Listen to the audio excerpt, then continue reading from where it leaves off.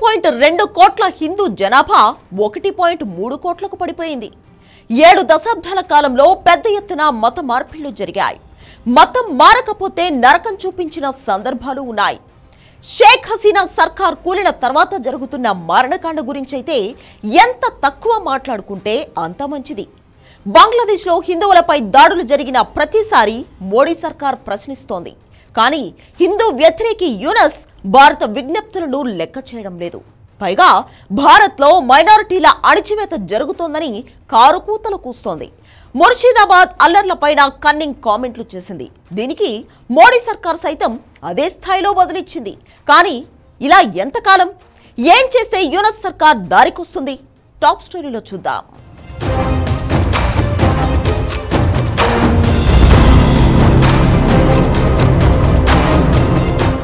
ఫిబ్రవరి 13న ఐక్యరాజ్య సమితి ఒక నివేదిక బయటపెట్టింది. బంగ్లాదేశ్లో గతేడాది అక్కడ హిందువులు, అహ్మదీయ ముస్లింలు, బౌద్ధులు, క్రైస్తవులు, ఇతర తెగలకు చెందిన పౌరులు మానవ హక్కుల ఉల్లంఘనలకు గురయ్యారని ఐక్యరాజ్య సమితి నివేదిక తెలిపింది. జాతి వివక్ష వ్యతిరేక నిరసనల సందర్భంగానూ ఆ తర్వాత ఈ పరిస్థితి తలెత్తిందని తెలిపింది. బంగ్లాదేశ్లో హసీనా సర్కార్ పతనమయ్యాక హిందువులకు చెందిన గృహాలు, వ్యాపారాలు, ఆలయాలపై భారీగా దాడులు జరిగాయి. ముఖ్యంగా ఠాకూర్గావ్, లాల్ మునీర్ హట్, దినాజ్పూర్, సల్హెట్, కుల్నా, రంగ్పూర్ వంటి చారిత్రక ప్రాంతాలతో పాటు గ్రామాల్లో ఈ దారుణాలు చోటు చేసుకున్నాయి.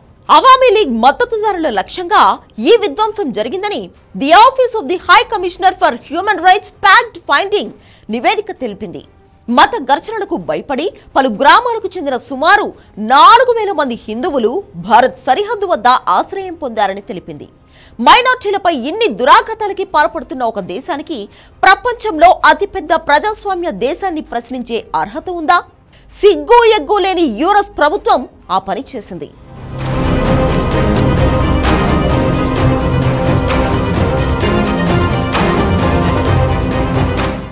వక్ఫ్ సవరణ చట్టానికి వ్యతిరేకంగా మొదలైన నిరసనలు ముర్షిదాబాద్లో హింసాత్మకంగా మారాయి.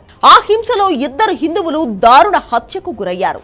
తండ్రి కొడుకులను ఇంట్లో నుంచి బయటకు లాగి మరీ దారుణంగా హత్య చేశారు. తర్వాత అల్లర్లు మరింత ఉధృతమయ్యాయి. ఈ వ్యవహారంపై స్పందించాల్సిన అవసరం బంగ్లాదేశ్కు లేదు. స్పందించే అర్హత కూడా యూనస్ ప్రభుత్వానికి లేదు. అయినప్పటికీ బెంగాల్ హింసపై బంగ్లాదేశ్ ప్రెస్ సెక్రటరీ షఫీకుల్ అలం రియాక్ట్ అయ్యారు. భారత్లోని మైనారిటీలను రక్షించేందుకు కేంద్రంతో పాటు పశ్చిమ బెంగాల్ ప్రభుత్వం చర్యలు తీసుకోవాలని డిమాండ్ చేశాడు.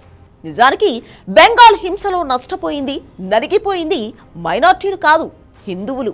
ముర్షిదాబాద్ హింస తర్వాత ఏకంగా 400 హిందూ కుటుంబాలు ప్రాణభయంతో ఇతర ప్రాంతాలకు వలస వెళ్లిపోయాయి. ఇది తెలిసి కూడా యూనస్ సర్కార్ మైనారిటీలను రక్షించాలంటూ మోడీ సర్కార్ను బ్లేమ్ చేసే ప్రయత్నం చేసింది.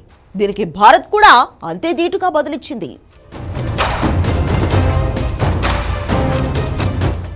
యూనస్ సర్కార్కు మోడీ ఇచ్చిన కౌంటర్ ఇదే.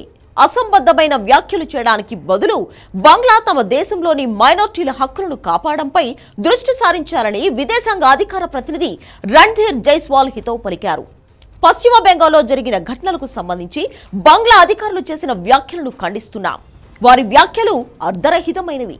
ఆ దేశంలోని మైనారిటీలపై జరుగుతున్న హింస గురించి భారత్ తన ఆందోళనను తెలుపుతోంది. ఇలాంటి వ్యాఖ్యలు చేయడానికి బదులు వారు తమ సొంత దేశంలో మైనారిటీల హక్కులను కాపాడంపై దృష్టి సారిస్తే మంచిది అని ప్రకటనలో పేర్కొన్నారు. ఇలా కౌంటర్ ఇచ్చిన గంటల వ్యవధిలోనే బంగ్లాదేశ్లో మరో ఘోరం వెలుగులోకి వచ్చింది. ఈ నెల 17న హిందూ కమ్యూనిటీకి చెందిన ప్రముఖ నాయకుడు భవేష్ చంద్రరాయ్ను అత్యంత దారుణంగా హతమార్చారు.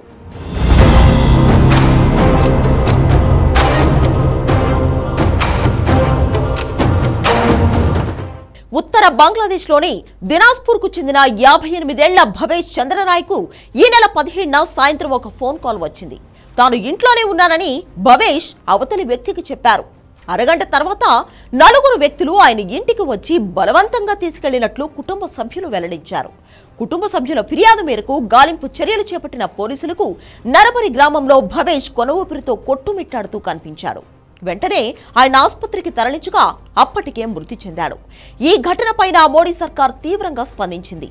బంగ్లాలో హిందూ మైనారిటీ నేత భవేష్ చంద్రరాయ్ కిడ్నాప్, దారుణ హత్య గురించి మా దృష్టికి వచ్చింది. బంగ్లాలో తాత్కాలిక ప్రభుత్వ పాలనలో హిందూ మైనార్టీలపై జరుగుతున్న దాడుల్లో ఇది ఇంకో ఘటన. గతంలో ఈ తరహా దాడులకు పాల్పడిన వారు ఎలాంటి శిక్ష లేకుండా స్వేచ్ఛగా తిరుగుతున్నారు. ఈ ఘటనను మేం తీవ్రంగా ఖండిస్తున్నాం. ఎలాంటి సాకులు వివక్ష లేకుండా మైనారిటీలను రక్షించే బాధ్యత ఈ తాత్కాలిక ప్రభుత్వం నిర్వహించాలని మరోసారి గుర్తు చేస్తున్నామని విదేశాంగ శాఖ ప్రతినిధి రణ్ధీర్ జైస్వాల్ తన ప్రకటనలో స్పష్టం చేశారు.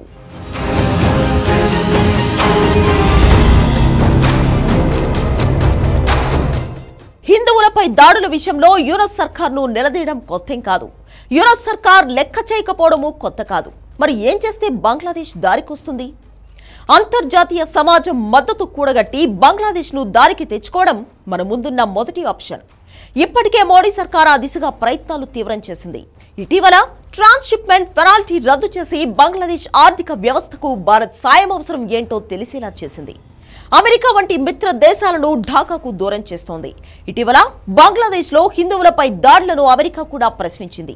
తాజాగా ట్రంప్ ప్రభుత్వం తమ దేశ పౌరులను బంగ్లాదేశ్కు వెళ్లొద్దని అడ్వైజరీ జారీ చేసింది. ఐక్యరాజ్య సమితి ఆల్రెడీ మైనారిటీల అణచివేతలపై ఆందోళన వ్యక్తం చేసింది. ఇప్పుడు కూడా యూరస్ దారికి రాకపోతే దాడి చేయడం ఒక్కటే భారత్ ముందున్న ఆప్షన్ అవుతుంది. ఎందుకంటే బంగ్లాదేశ్లో హిందువులపై అరాచకాలు మోడీ ప్రభుత్వం పైన తీవ్ర ఒత్తిడి తెస్తున్నాయి. 1971లో పాక్ నుంచి స్వేచ్ఛ కల్పించిన భారత్కు బంగ్లా బెండు తీయడం పెద్ద విషయం కాదు.